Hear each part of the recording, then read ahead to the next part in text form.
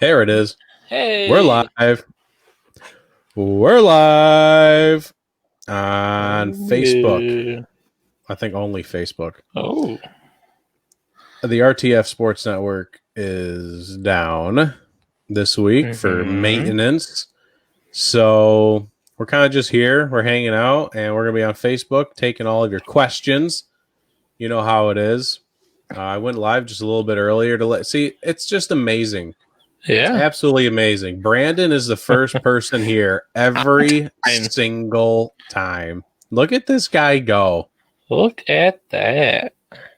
What's going on, Brandon? And Jameson comes in. NFL preseason canceled. Oh, yeah. Finally. Just Am saw I that. right?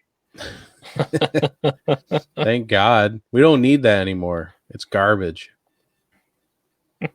I guess it serves its Oh, purposes, there we but go. I'm sure we will talk about that at some point tonight. But as of right now, we're just sharing real quick. We're getting the word out there that we're live.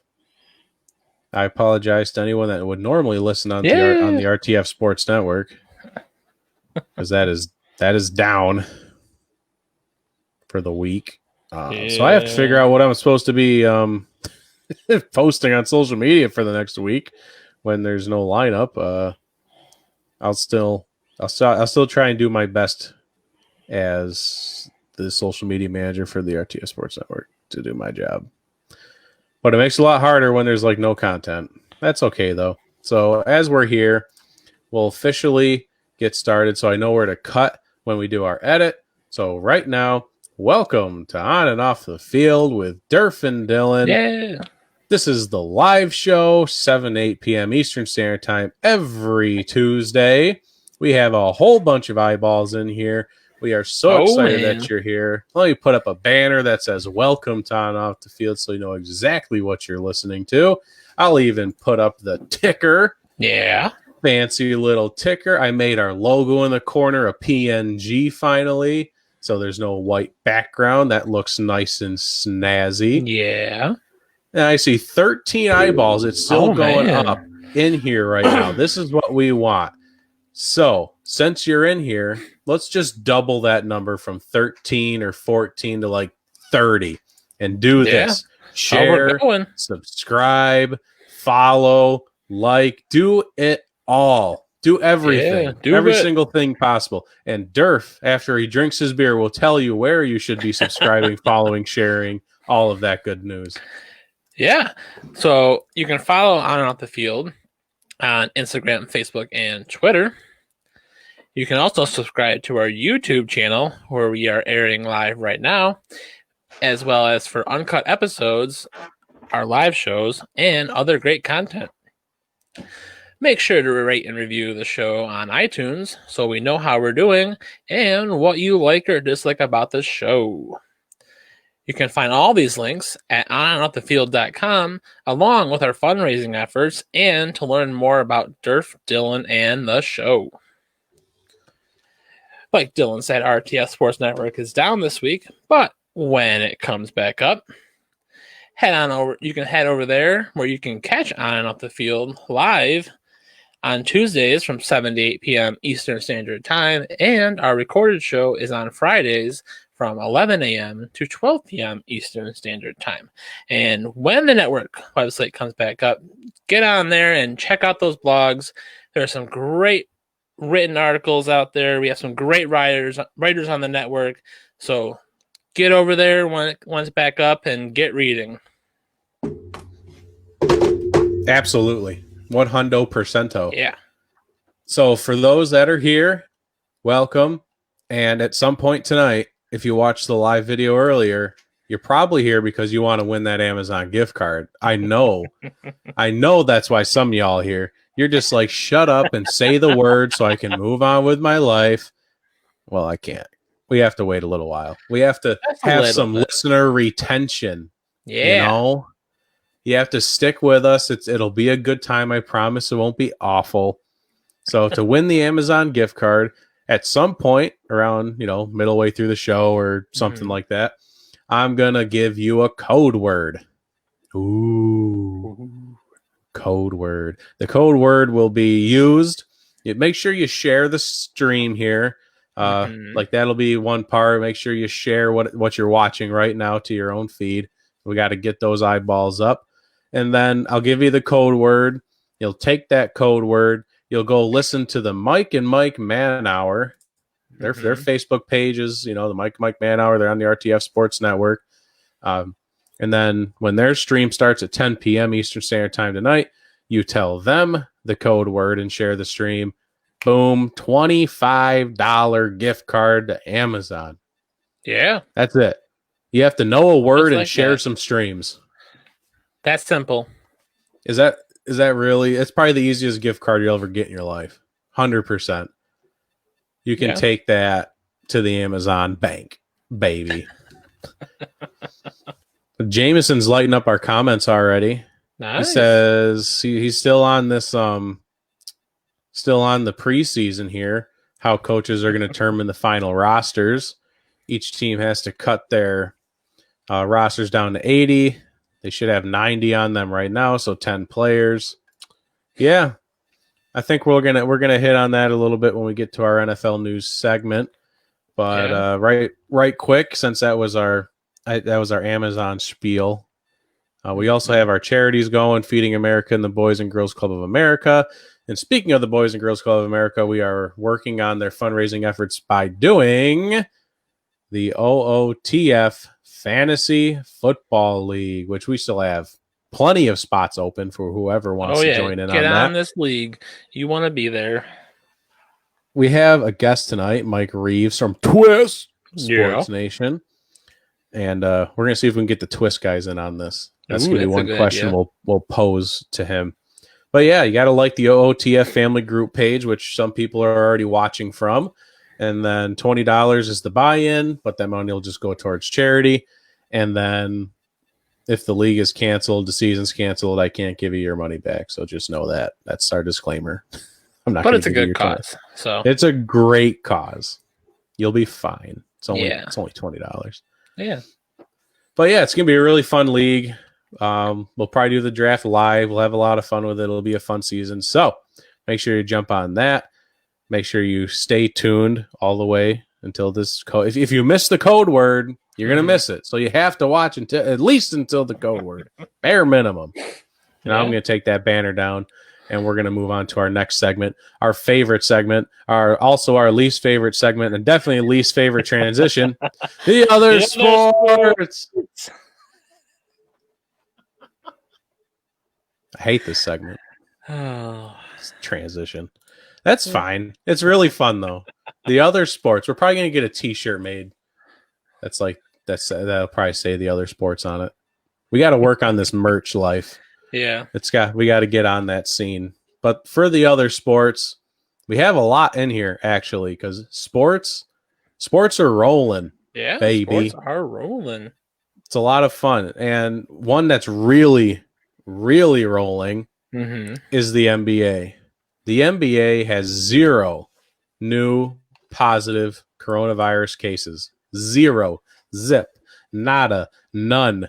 No COVID-19 cases. So people are starting to leave quarantine. They just released a picture today of people were on the court. I didn't personally see the picture. I clicked on the article, but they didn't include the picture in there. But I was watching Dan Patrick, and he said he saw the picture. I didn't really look that hard. But people are virtually they're starting to leave quarantine. They're staying in the bubble, but they're a lot out of their rooms. And people are going to start practicing. We're going to have games here soon. When's the first game? Isn't it next week? July 31st? Yeah, I think it's July 31st. That's exciting. Yeah. I mean, normally I don't really care about the NBA, but this is sports. Granted, baseball's kind of going right now, and we'll talk about them here in a minute, but the NBA is it's gonna be a race for a couple teams to make it to the playoffs in like an 8-game regular season, and then it's gonna be like a playoff. They're gonna be seen before. It'll just be a weird scenario. What's up, Von Gliz? He says, "What's up, fellas? What's going on? What's poppin'? Talking some NBA. I'm really excited to see because there's some players kind of already missing. I don't even know if Mm-hmm. James Harden's in Orlando yet. We don't know how long Zion's going to be out. Mm-hmm. The NBA is going to look a little weird, and there's no favorite part is there's no home court advantage. Zero. Right. Everyone's just here in this place, and the real question now is really the 76ers. They were amazing at home during the regular season, and then on the road they were abysmal. So is this going to affect some teams is the real question of playing virtually on the road? Because there's no fans either, so that plays into it a little bit. Yeah. I mean, it'll be definitely very interesting to see how some of these teams that take away that home field advantage. But did you see the court layout for this? I did not. Oh, it is fancy AF. So they're doing part of a Black Lives Matter movement on the court. I heard about that a while I didn't back, see it in detail, but I did see a quick glimpse of it this afternoon. But like the amount of cameras that are going to be on this court is going to bring this game to the next level in like interaction for fans. It's going to be insane. Ooh. So like new angles and all kinds of new fun stuff. From what I heard, it was 20. I think I heard 22 cameras will be on that court. Do you know what's normal? Not 22, I can tell you that. Not 22, just not 22. Hey, that's fine. 22 sounds like a lot. Interesting. And then Vaughn says nothing much is going on. He's getting ready for this game on Saturday. Nice. I want to see a game. Yeah. Let me know where the game is. Maybe I'll go. I got nothing better going on with my life. I gotta watch sports, man. I gotta watch sports. So yeah, NBA season will get started here soon. Really excited to see that.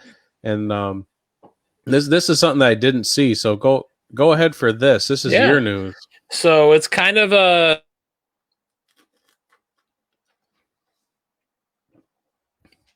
Oh, Fred lost his audio again. StreamYard's been doing that to him lately.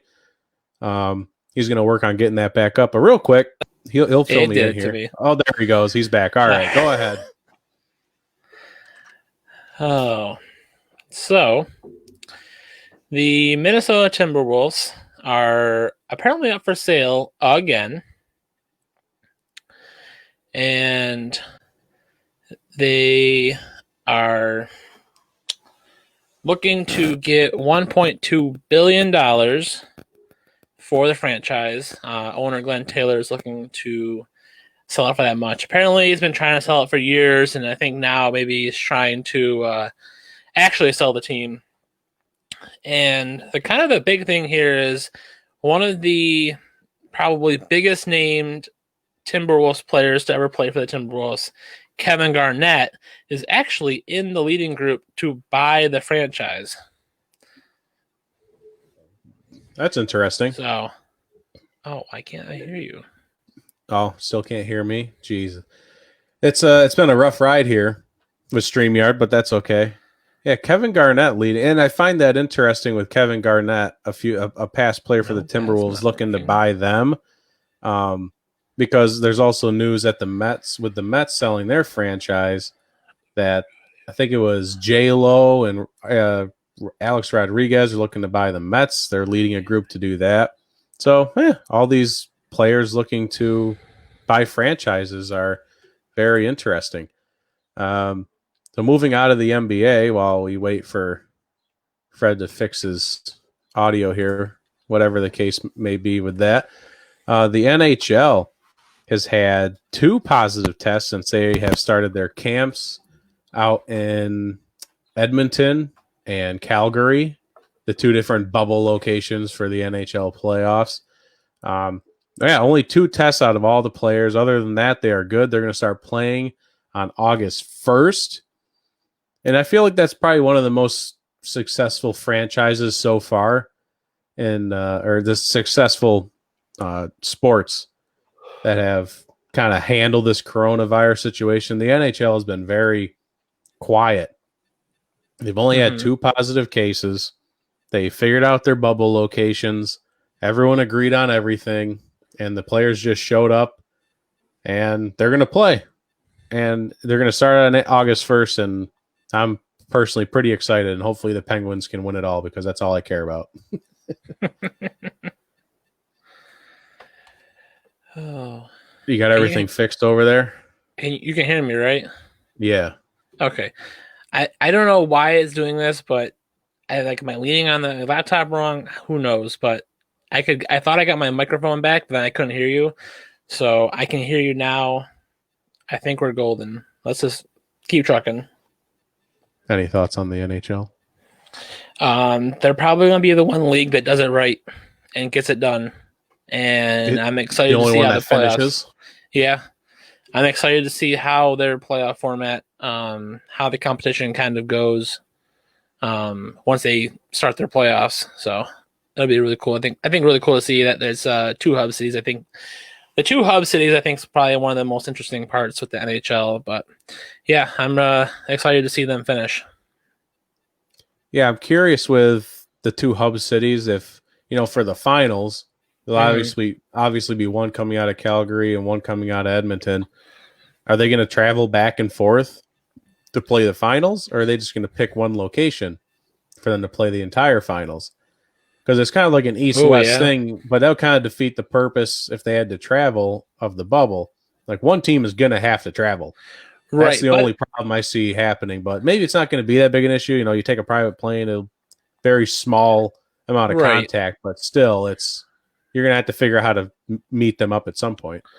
Well, yeah, and I think that's because their finals are going to be just 2 teams.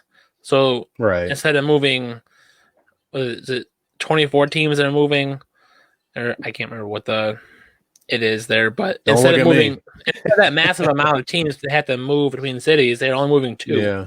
or Right. really only one at a time because one's going to go to the east and one's going to go over to the west. I mean, the west. Yeah. Yeah. So it's a lot less travel. But yeah, I think they got it right. That'd be hilarious because everyone always kind of mocks the NHL. It's one of the least talked about sports out of like the Mm-hmm. 4 major sports. Um, the commissioner of the NHL has always been kind of mocked because he hasn't handled things properly with there being so many NHL player strikes over the past couple of years. Right. Well, more than couple, but you know what I'm saying. Yeah. But it'd be funny if they were really the only ones that could do this. MLB, what if that really gets shut down? NBA can't finish because of a second wave. NFL just really can never get going. Like Mm-hmm. that's it'd be hilarious and it would really prop up the NHL this season if they can finish. That'd be amazing for them. But moving on to baseball, the Toronto Blue Jays have been kicked out of Canada. They will not be able to play in Toronto. The Toronto Blue Jays will not be playing in Toronto. Very, very awkward. But a lot of people said, hey, why don't they just play in the AAA stadium in Buffalo that they have? Mm-hmm. Well, you should know that AAA stadiums are not as nice as Major League Baseball, Mm-hmm. at least facilities-wise. Yep. Smaller batting areas and cages. Mm-hmm. I think they have their bullpen is like underground or something, or their film rooms are underground. Something weird that I heard. Yeah. The locker rooms are just straight up smaller, which Right. creates a coronavirus concern. Mm-hmm. They don't want to play there, and the players said absolutely not. Like it's basically like being demoted. Like no one wants that. So Right. it's official that they have asked other teams, Mm-hmm. other major league teams, about sharing a stadium this season. Other teams, at least on the East Coast, they don't want to change time zones. Right. So they're gonna try and find a team that might want to share a stadium. Yeah. I mean, I feel like you could increase the risk here of positive cases by 2 teams technically sharing a stadium, but maybe it's not any more than 2 teams playing. So Yeah, I have a concern about them virtually having to share a locker room, mm-hmm. but so it's not completely the same as if you're against another team that have to Right. use 2 different locker rooms. But yeah, they still have pretty much the same amount of players sharing a Mm-hmm. field. it's kind of an ugly situation, but I understand why Canada would do it. Canada's been Right. closing off their borders to America for a while now. Tensions increasing with our brothers from the north. But this leads. I think this might lead to what happens if the Toronto Blue Jays and Major League Baseball, they can't reconcile with Toronto.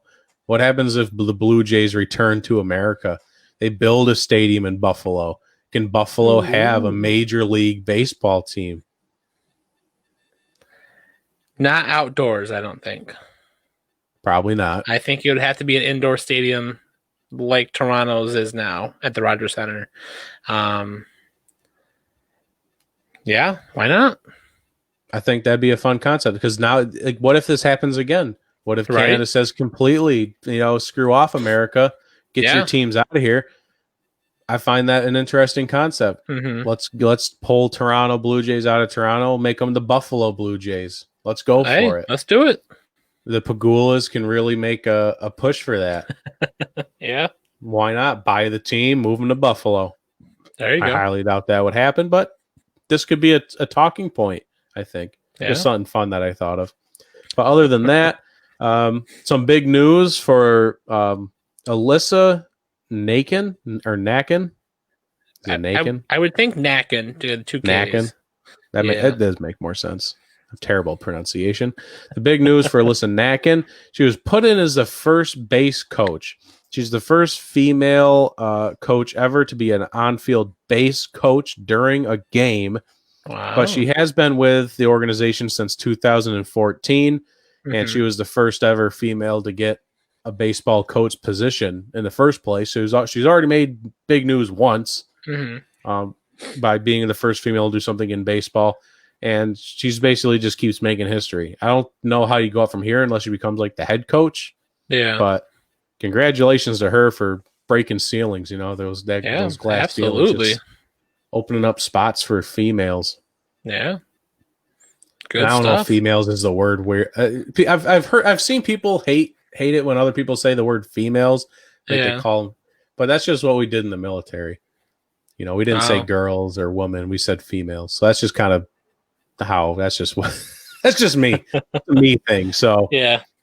Sorry everybody if that offends somebody. But one last piece of baseball news. The Astros played today. An expedition game against the Royals. Oh yeah. Oh boy. Yeah, you could guess it. Jose Altuve, Alex Bregman, and George Springer were all hit by a pitch today against the Royals. That's good stuff. Good. Man. So the question I really pose is, they're obviously going to get blasted all season long. This isn't news. This is just, we're glad it's happening finally for their cheating scandal. But are they going to get out easy a little bit here? There's no fans. When they travel, all they have to do is worried about is getting hit by a pitch.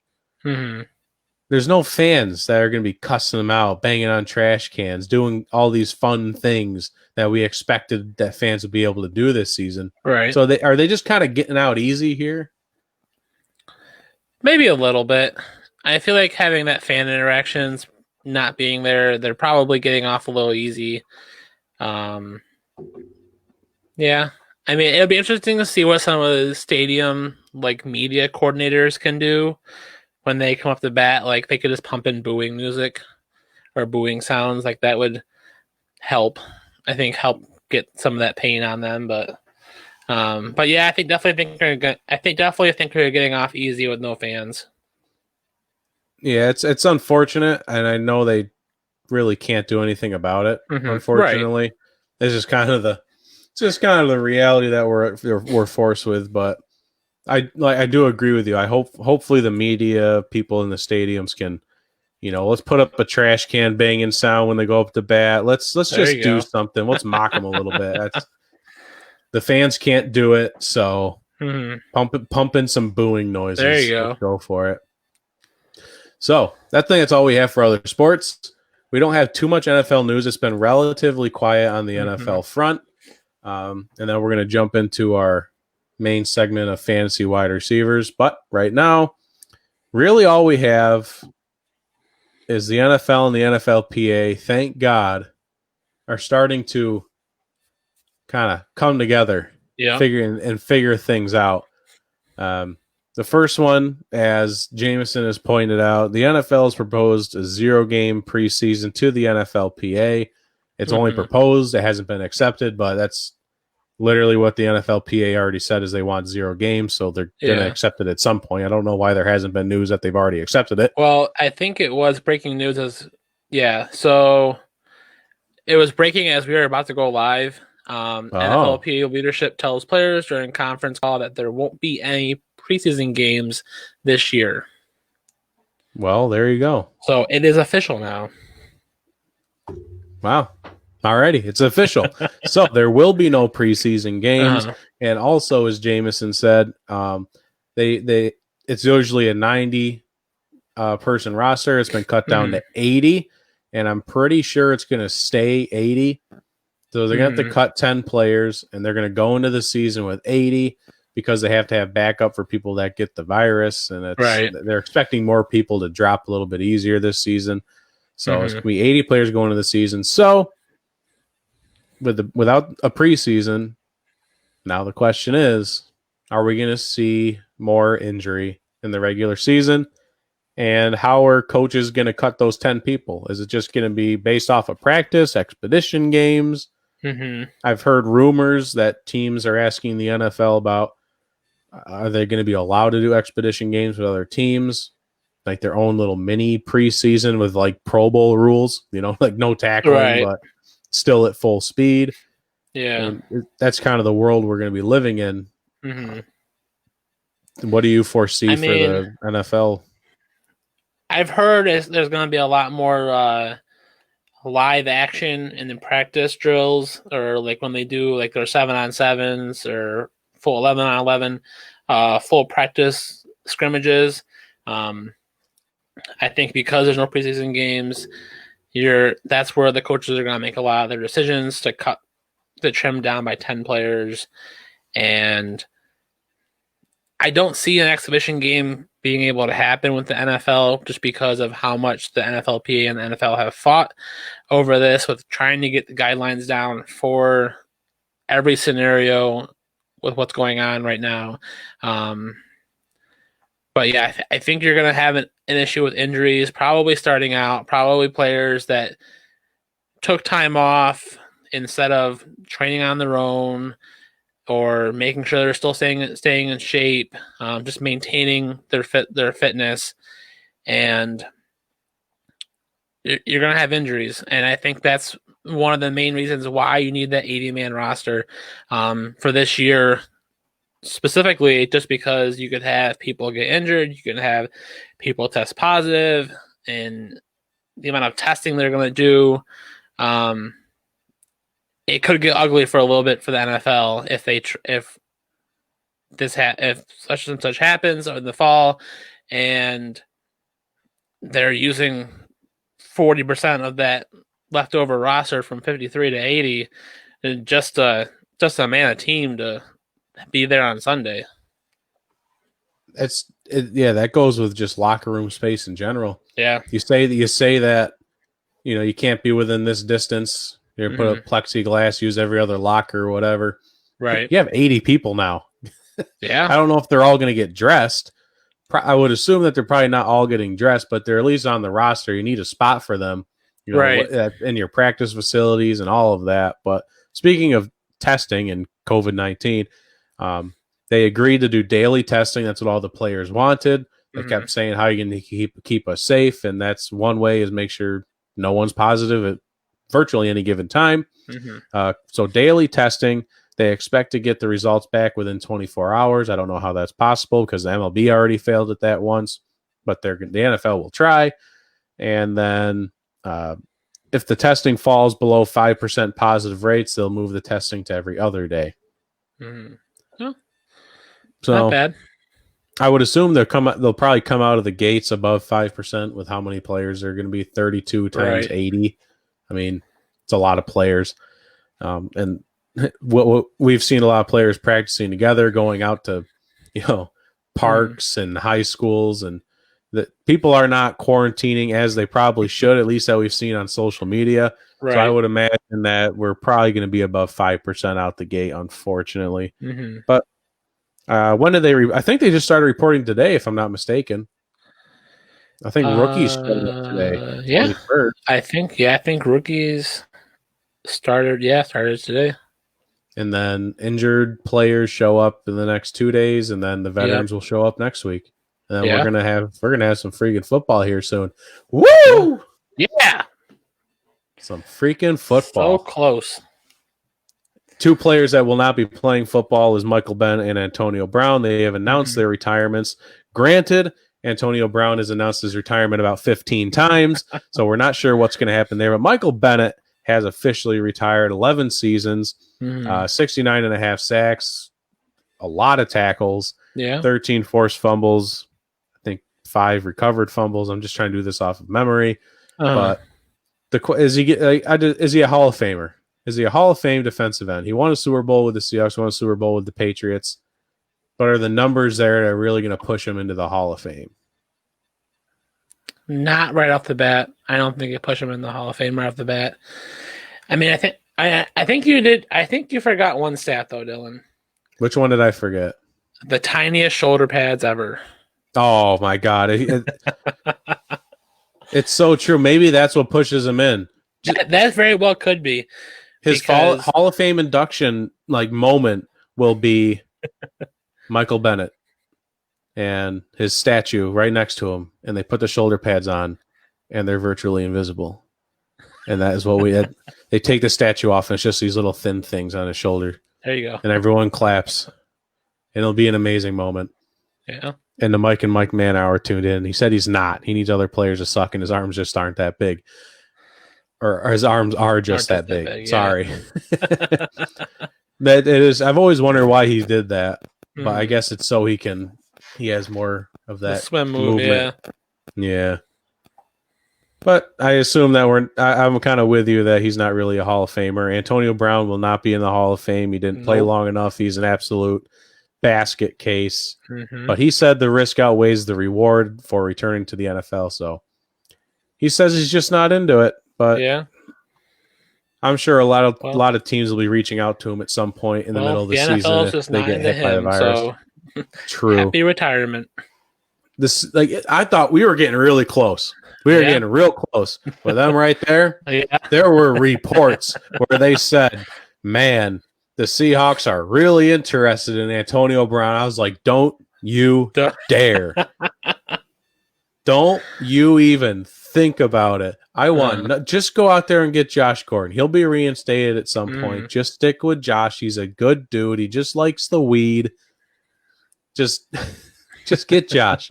We don't need this absolute insane man. I pray for his health. I hope he doesn't have his brains aren't complete scrambled eggs up there. But I don't want to go anywhere near Antonio Brown football wise in my locker room. But his rap career is taking off, says Mike and Mike Man Hour, which Mike and Mike Man Hour is the show that you want to go to with the code word after this at 10 p.m. Eastern Standard Time. You're going to want to go to the Mike and Mike Man Hour, and you want to tell them when they ask for it, you're going to want to tell them the code word. Are you ready for the code word? Is everybody ready for this? Are you listening? Banner.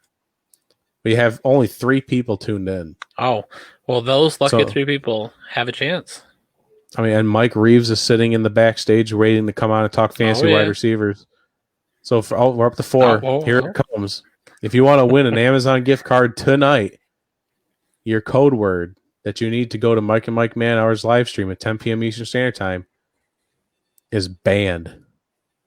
BAND.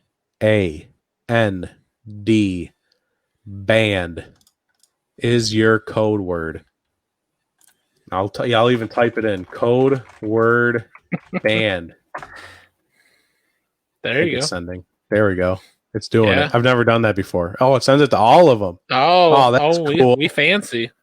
Look at that. Yeah, code word BAND. And the reason that I chose the word BAND is because of our interview that'll be airing Thursday. Oh, Yeah, our interview Thursday. Thursday show interview with lead singer for Arsenic, a Poland rock band. Lead singer Ophelia.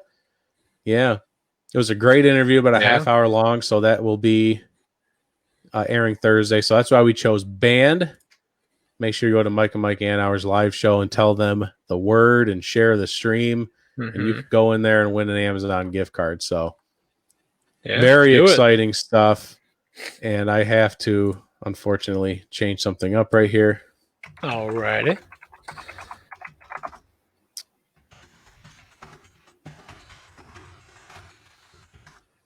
Yeah. Oh, we keep fluctuating here really heavily with our viewers here. So anyone just tuning in now, check your comments. Yeah, check the comments for the code word band that you need to tell Mike and Mike Manhour. And you can win an Amazon gift card. So we are ready to transition to our main segment. The Fantasy Wide Receiver Talks with Mike Reeves from Twist. And that's actually really, it's not going to work for me, Fred. What's it not doing? Oh, God. It's not going to work for me, Fred. It's not going to work for me. I have to change it up. There we go.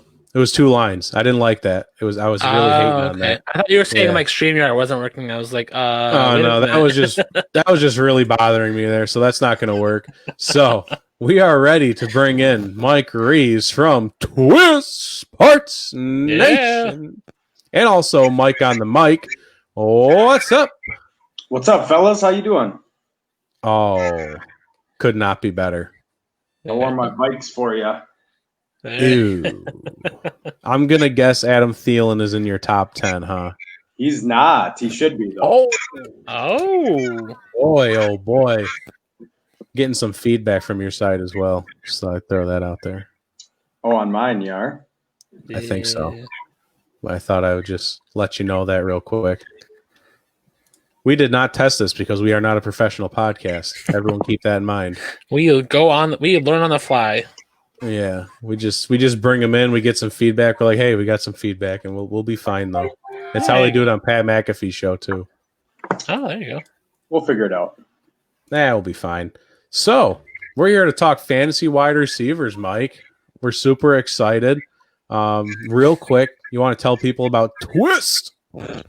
Well, yeah, I didn't know anything was wrong with RTF. I did go on yesterday. Twist airs 1 p.m. followed by Mike on the mic at 2 p.m. And I thought it was my computer, but apparently it was not. It's unfortunate. Yeah. Yeah. So that'll be back up and running. We go live on Facebook on Saturdays. Otherwise, you can check us out on rtfsportsnetwork.com when they're up and running, and twistsportstalk.com. Ooh, .com. Nice. .com. Not even .org. You're fancy. Nope. You got the com. Fancy like you guys. Yep. Yeah, I got the com. Good stuff. So, I think to stick with tradition, like we did with our last guest from last week, Durf did his top 10 wide receivers first. So, Durf, you have the floor, and I'll even give you the full screen. Oh, man. Ooh. Here we go. Ready? Are you ready for this? Let's do it. Oh, here we go. All right. So I think number 1 is about as plain in sight as it can be. I got Michael Thomas at number 1. For just one reason alone, 99 Madden rating. He's clearly the best wide receiver in the NFL right now. Number 2, I went with DeAndre Hopkins. Bill O'Brien clearly did not get enough for him. He's going to wreck defenses in Arizona when him and Kyler Murray get their chemistry going here once the season starts. So I have him at number 2. Number 3, I was a little hesitant to put him here, but it's the quarterback he has and just the consistency that we've seen out of this team. So I got Devontae Adams at number 3. Number 4, can't forget about this guy, talking about the cheetah, Tyreek Hill from Kansas City. His speed alone makes him up there in fantasy football because if he has the speed and Mahomes can get connected with him on those great routes that he runs, you're going to get points out of him. So I have him at number 4. On number 5, I went with Chris Godwin from the Bucks. Now, I feel like there's a chemistry already built between Tom Brady and Chris Godwin with the whole jersey number-ish scenario that was going on. And I feel like it's going to be like a Brady Moss kind of chemistry here a little bit. So I'm going to see, I'm looking at Chris Godwin to put up more numbers than other receivers on the Tampa Bay Buccaneers. Number 6, I went with Kenny Galladay. The guy was a beast on stats last year. I believe he was number 1 in touchdowns for stats. So it's almost a no-brainer to have him in the top 10, but he's not a name that I didn't know I would pick for my top 10. But I have him at number 6. Number 7, I went with Julio Jones. He's a good receiver when that team can stay healthy, when Matt Ryan can play well, and when they're not up 28-3 against the Patriots in the Super Bowl and just fall flat on their face. So Julio Jones is going to be another one to pick up. I have at number 7. Number 8, I went with Amari Cooper. We all know Andy Dalton's going to be throwing balls to him for touchdowns by week 3 because Dak Prescott will be on the bench. Wow. And if Dak Prescott is still there by week 3 or 4, Amari Cooper got paid. He's going to want to perform. Keep him on your roster for fantasy. Now, number 9, when I was looking up kind of where other experts had their players ranked for wide receivers and kind of look at that and say, no, I think it should be this way instead. I looked at this wide receiver and I was like, I don't know. And then I thought about it a little more, and then I was like, you know what? I think he's going to be one that you're going to keep an eye on because of the situation on the team with kind of a rebuild with a first-year head coach with a new quarterback in there. And that's why at number 9, I went with DJ Moore from the Panthers. I think it's a solid pick, probably in your mid-rounds. And I think he's definitely a wide receiver 2 at the least. But I think he'll get good stats out of him with Teddy Bridgewater there being Mr. Dump Off, those short yardage passes, and go from there. So number 10, couldn't leave him out.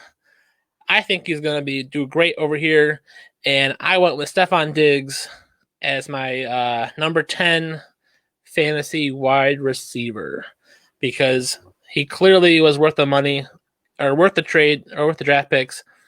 Going to be worth the contract when Buffalo signs him full deal, and keep an eye out for him with Josh Allen. All righty.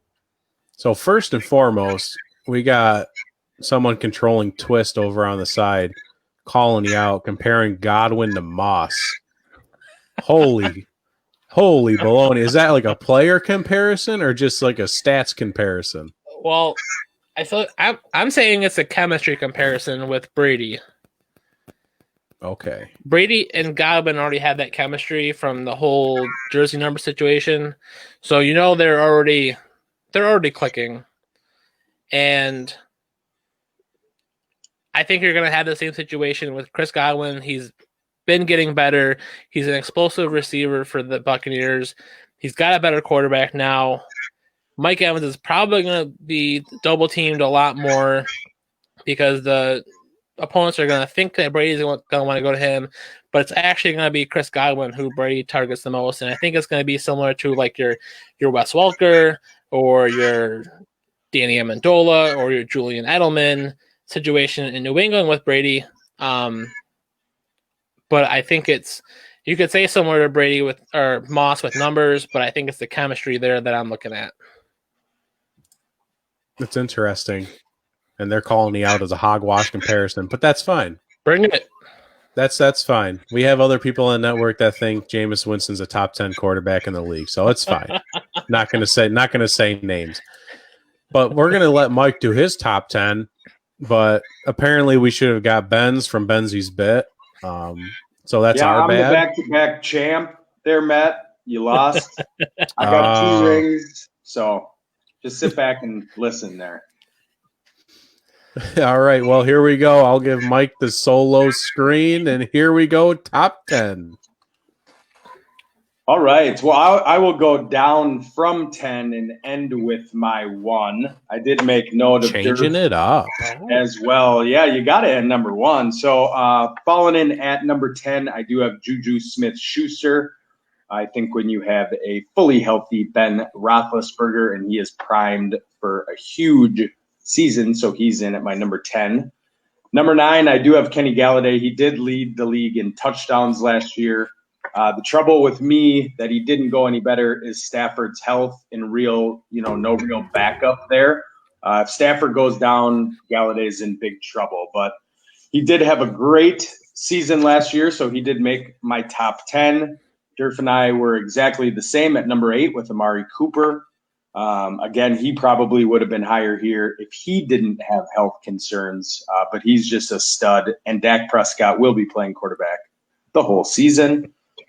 Number 7 is Mike Evans. If you're going to compare anybody on that Tampa Bay Buccaneers to Randy Moss, it'd be Mike Evans, because Randy was a deep threat.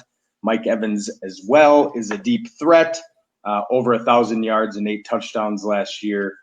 Brady just doesn't have the arm that he did when he had Moss. But there's going to be a lot of weapons on the Buccaneers.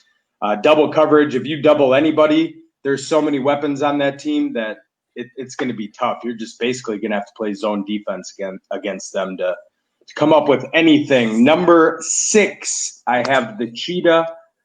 Again, these are based on hypotheticals and health concerns. He typically gets hurt a couple games a year, but when he is healthy, he is one of the top 5 receivers in the league.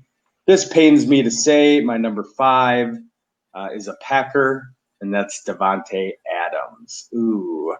He's basically all that the Packers have besides a rushing game on the receiving core, so he will put in the work. Number 4, I do have Chris Godwin.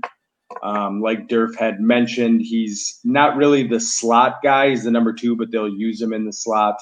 Last year, he had 86 receptions for 1,300 yards and 9 touchdowns, and that was with Jameis Winston. So, yeah, he's going to have a big year.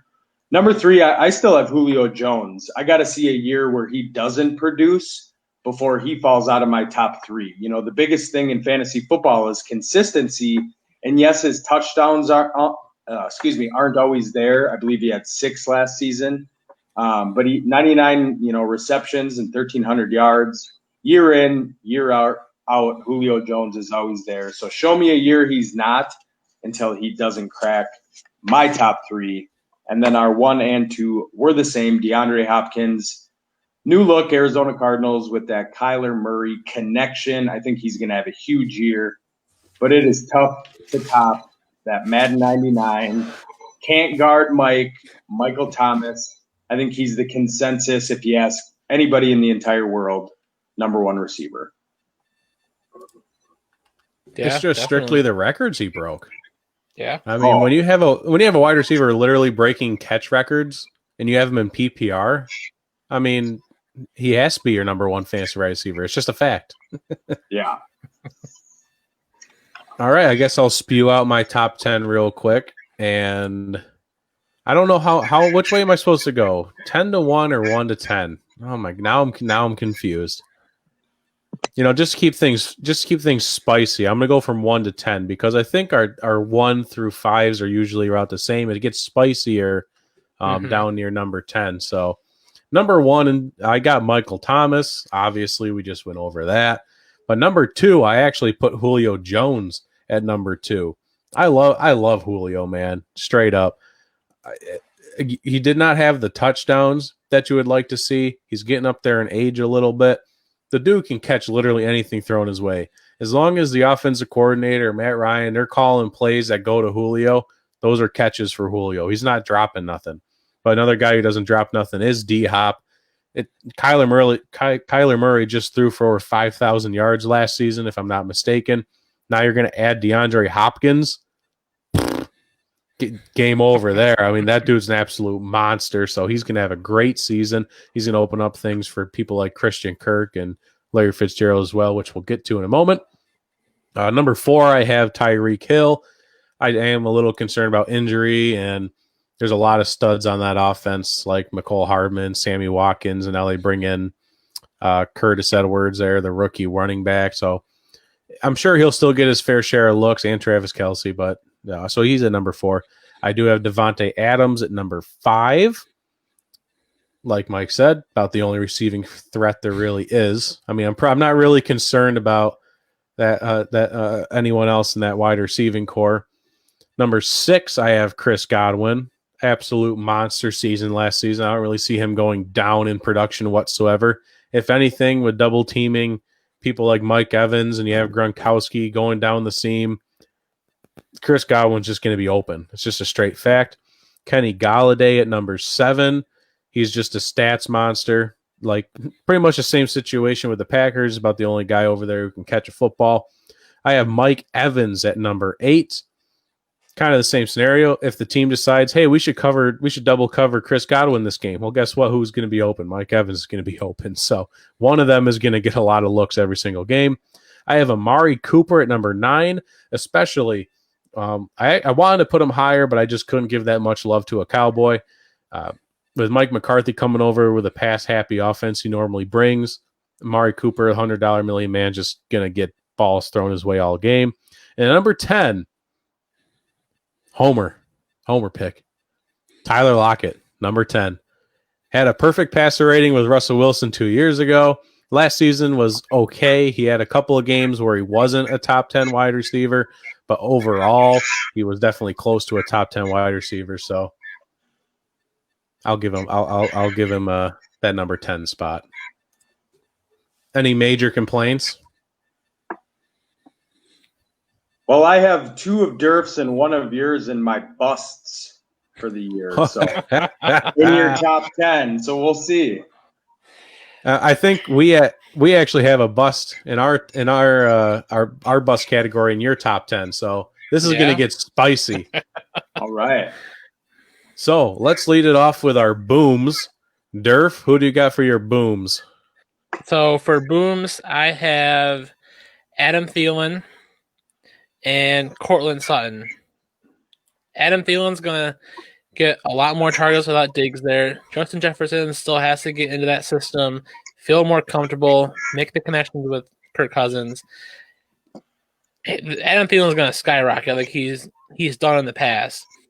And Cortland Sutton, top receiver for Denver right now for the most part. Drew Lock's on a second year, getting better. The chemistry is building. I think Cortland Sutton is going to get major fantasy points by midseason. I don't hate it. Yeah. I'm definitely down on Denver personally. Mm-hmm. I just don't think they're going to be as great as people are hyping them. I don't know why they're getting so much hype, but Cortland Sutton was a great receiver last season. So if anyone comes out of there successful, it would be him. Mike. Yeah, I like both of those. My boom, he didn't make my top 10, but I agree with Adam Thielen. The trouble with Cortland Sutton last year is he blew up. I mean, what is he, 6'4"? He's a big body, prototypical number 1 wide receiver, but they did go out and get Jerry Jeudy. Noah Fant is going to be in his second year, so they finally do have a few extra weapons, which makes me nervous. I'd still draft him, but I do like those 2. Adam Thielen, last year did get hurt. That's not typical of him. He's typically a very healthy receiver. With Diggs gone, it really does open up the door for a lot more targets his way. Justin Jefferson's a guy to keep an eye on. He's not going to slide in and take that productivity that Stephon Diggs left with.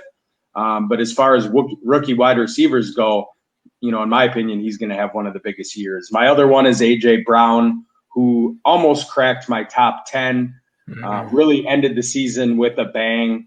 and had a hell of a campaign last year. So he's a boom.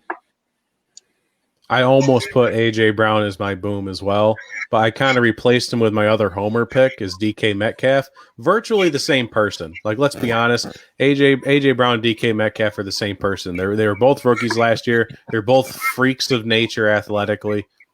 So you can pick either one. I just trust Russell Wilson more than I trust Ryan Tannehill, so I'll take DK Metcalf there. And my other boom is Calvin Ridley. Julio Jones is obviously getting triple teamed these days at certain points. So expect I was hoping last year would have been the year for Calvin. He had a couple of big games, but another season of that offense now. I got a lot of trust in Calvin Ridley. Yeah, especially in dynasty leagues. You look at Cortland Sutton, A.J. Brown, Calvin Ridley. Those are guys, if you get on your dynasty, that are going to be your studs for, 6, 8, 10 years. So It's very true. All right. So I think this is where it should get pretty fun. Durf, who are your busts? Oh, well, my busts are Juju Smith-Schuster. Saw that coming. And OBJ. Pittsburgh, I just don't think they're there to get to have Schuster have the stats that you have seen basically when Antonio Brown was there. Smith-Schuster kind of blew up with stats, and last year was not a good year for him. I've seen there's a lot of hype for him right now, and I just do not. I think it's very much buyer beware, and I just do not see his stats ending well for this season. OBJ, he is on a Browns team that does not know what they are.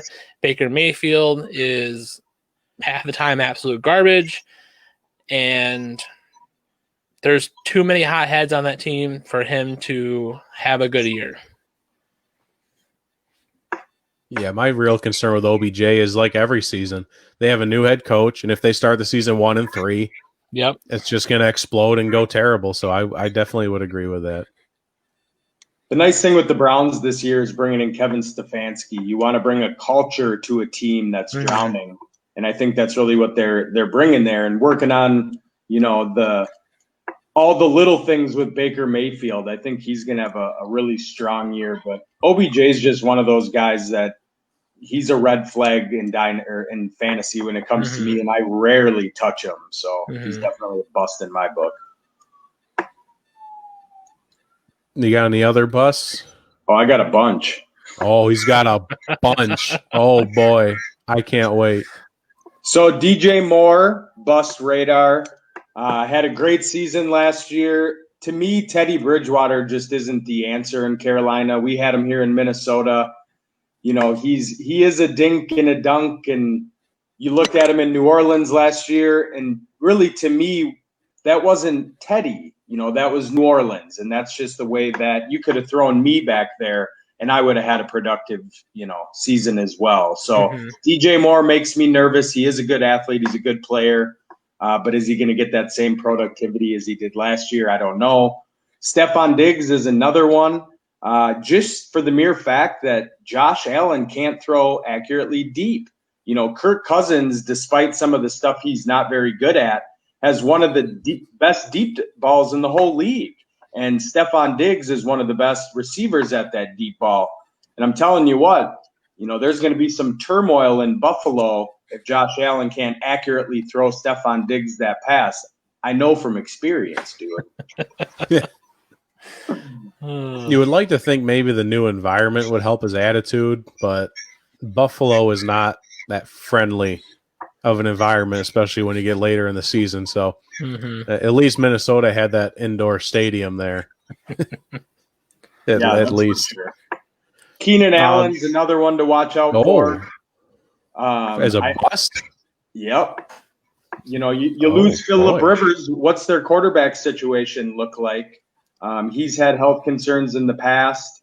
And, on my bust radar, I wanted to go with some bigger names. Tyler Lockett was another one. I don't know what it is with Tyler Lockett. I think it's just because he's got like some white computer nerd name that I never just wanted to touch him. But when he is healthy, he does produce. But he was another one for me to look out, on the bus radar, especially. I'm gonna draft Tyler Lockett. Yep. But I think DK Metcalf, like you said, really emerged last year, and I think he's going to be Russell Wilson's number one target moving forward. So very interesting. Hating on my Tyler, but that's fine. I shall survive that.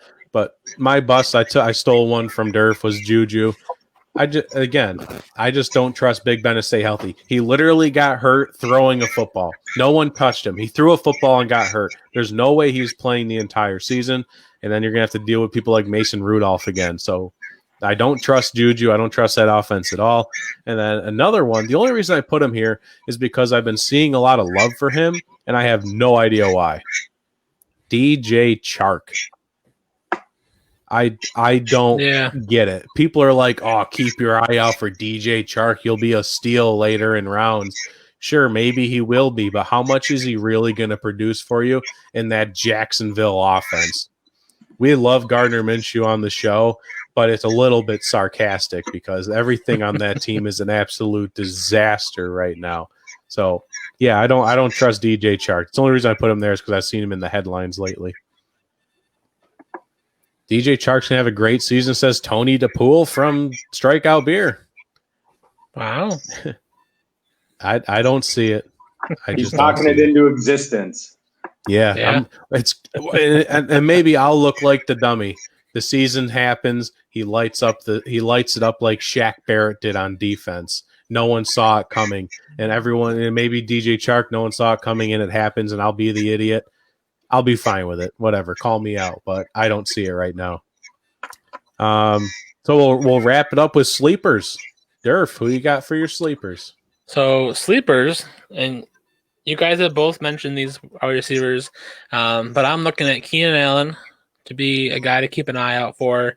I think the quarterback situation is where Mike kind of sees him as a bust. I kind of see that as you have two conservative quarterbacks right there right now.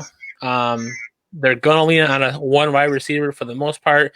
I think Keenan Allen's that talent that you're going to see with the Chargers, with all that talent on that team, and hopefully bring that team into better existence as compared to last year.